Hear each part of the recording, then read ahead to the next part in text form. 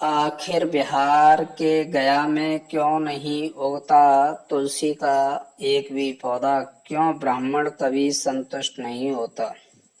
फल्गु नदी सिर्फ नाम की नदी है। क्यों कौवा हमेशा लड़ झगड़ कर ही खाना खाते हैं? कौवा, तुलसी, ब्राह्मण व गाय को माँ सीता ने क्यों श्राप दिया था, इसके बारे में कुछ लोग ही जानते हैं। आइए हम विस्तार से कहते हैं।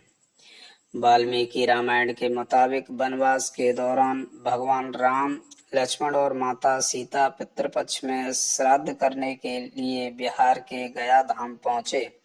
वहां ब्राह्मण ने भगवान श्री राम और लक्ष्मण को श्राद्ध कर्म के लिए आवश्यक सामग्री जुटाने के लिए कहा। इस पर भगवान राम और लक्ष्मण नगर की ओर सामान लेने के लिए निकल पड़े। ब्राह्मण देव ने माता सीता से आग्रह किया कि पिंडदान का समय निकला जा रहा है। यह सुनकर माता सीता की व्यग्रता भी बढ़ती जा रही थी, क्योंकि श्री राम और लक्ष्मण अभी लौटे नहीं थे।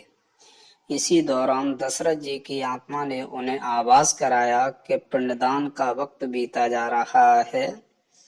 यह जानकर माता सीता असमंजस में पड़ गईं। जब माता सीता ने समय के महत्व को समझते हुए यह निर्णय लिया कि वह स्वयं अपने ससुर राजा दशरथ का पिंडदान करेंगी, उन्होंने फल्गु नदी के साथ साथ बट वृक्ष, कौवा, तुलसी, ब्राह्मण व गया को साक्षी मानकर स्वर्गीय राजा दशरथ का पिंडदान विधि विधान के साथ किया। इस क्रिया के उपरांत जैसे ही उन्होंने हाथ जोड़कर प्रार्थना की तो राजा दशरथ ने माता सीता का पिंडदान स्वीकार कर लिया। माता सीता इस बात से प्रफुल्लित हुई कि उनकी पूजा दशरथ जी ने स्वीकार कर ली। इसके बाद उनके मन में संशय भी हुआ कि प्रभु राम इस बात को नहीं मानेंगे, क्योंकि पिंडदान पुत्र के बिना नहीं हो सकता। थोड़ी देर बाद भगवान राम और लक्ष्मण सामग्री लेकर आए और पिंडदान के विषय में पूछा। तब माता सीता ने कहा, समय निकले जाने के कारण उन्होंने स्वयं पिंडदान कर दिया। प्रभु राम को इस बात का विश्वास नहीं हो रहा था कि बिना पुत्र और बिना सामग्री के पिंडदान कैसे संपन्न और स्वीकार हो सकता है। इसके बाद माता सीता ने कहा कि वहां उपस्थित फल्गु नदी, तुलसी, कौवा, गाय, बट वृक्ष और ब्राह्मण श्राद्ध कर्म की गवाही दे सकते हैं। भगवान राम ने जब इन सब से पिंडदान किए जाने की बात सच है या नहीं पूछा, तब फल्गु नदी, गाय, कौवा, तुलसी और ब्राह्मण पांचों ने प्रभु राम का क्रोध देखकर झूठ बोल दिया कि माता सीता ने कोई पिंडदान नहीं किया है। बट वृक्ष ने सत्य कहा कि माता सीता ने सबको साक्षी मानकर विधि पूर्वक राजा दशरथ का पिंडदान किया है। पांचों साक्षी के झूठे बोलने पर माता सीता ने क्रोधित होकर उन्हें आजीवन श्राप दे दिया। इन्हें श्राप मिला। फल्गु नदी को श्राप दिया कि वह सिर्फ नाम की नदी रहेंगी, उसमें पानी नहीं रहेगा।